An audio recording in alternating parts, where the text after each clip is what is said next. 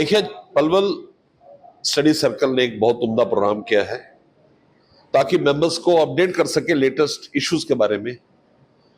Chartered accountants का एक continuing professional education programme होता है जिसके जरिए हम चार्टर्ड अकाउंटेंट्स को लेटेस्ट चेंजेस से अवगत कराते हैं, उनकी नॉलेज को अपडेट करते हैं। तो आज आने का मेरा पर्पस उस प्रोग्राम को अटेंड करना और मेंबर से गुफ्तगू करना, उनकी कोई तकलीफ, कोई परेशानी, कोई उनका सजेशन है उसको सुनने के लिए मैं आया हूं। ये मेरा मकसद है। यंग सीएस के बारे में मैं आपको ये कहना चाहता हूं कि सीए चाहे कल का हो चाहे 50 साल पुराना हो, जिस दिन वो सीए बनता है उसको एक बात का इल्हाम होता है कि हमारा जन्म देश की सेवा के लिए हुआ, हमारा जन्म क्वालिटी काम करने के लिए हुआ ताकि corporates, clients, stakeholders, government, regulators सही ढंग से चले। तो मेरा आने का मकसद उन सबको भी संदेश देना है कि हम पूर्ण रूप से देश के अंदर इन्वॉल्व है, देश के सहभागी हैं। सर, आजकल जो नए सीईओ बन रहे हैं उनके सामने क्या चुनौतियां आप देखते हैं? उन चुनौतियों को कैसे फेस करना चाहिए? देखिए साहब, नए या पुराने चुनौतियां हमेशा रहेंगी, बदलते रहेंगे। इकोनॉमिक सिस्टम्स, टैक्स लॉज बदलेंगे, क्लाइंट्स की आपसे एक्सपेक्टेशन बदलेगी, टेक्नोलॉजी आ गई है, आपसे बेहतर सब काम, कम समय में काम की उम्मीद करते हैं। और चार्टर्ड अकाउंटेंट बखूबी अपने एजुकेशन को अपडेट करके उन चैलेंजेस को एक्सेप्ट करते हैं। अब इस पे से बहुत से लोग आ गए। पहले तो एक शहर में एक या दो सीएस हुआ करते थे, बहुत संख्या में बहुत हो गए। तो चैलेंजेस भी हैं, आपसी गुटबाजी और एक तरह से आपसी खींचतान का देखा जाता है। देखिए साहब, अभी तो कोई सीन नहीं, अब तो 4,85,000 हैं।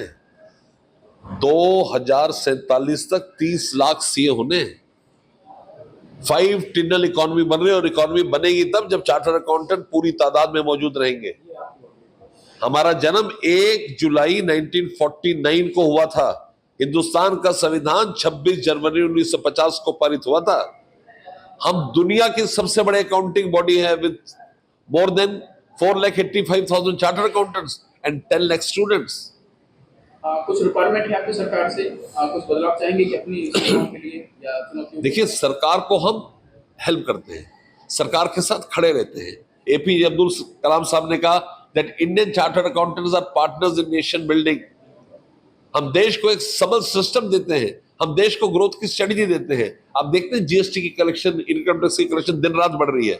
उसके पीछे मेरे सीए भाई बहन है जो दिन रात मेहनत मशक्कत करके वो माहौल पैदा करते हैं कि असेसिस खुशी खुशी अपने तरफ से अपना वाजिब टैक्स सरकार के खजाने में जमा करता है। सर, अभी कन्वीनर साहब ने अपनी स्पीच में 2 मांगे आपके सामने रखी हैं पलवल की, इसके लिए आप क्या कहना चाहते हैं? क्या वो मांगे पूरी करके जाएंगे? बड़ी वाजिब मांगे हैं साहब। इन्होंने कहा कि इनको एग्जामिनेशन सिस्टम चाहिए, इनको उसका तरीका बता दिया गया है। कंडीशन पूरी होने पे यहाँ एग्जामिनेशन सेंटर जरूर बनेगा।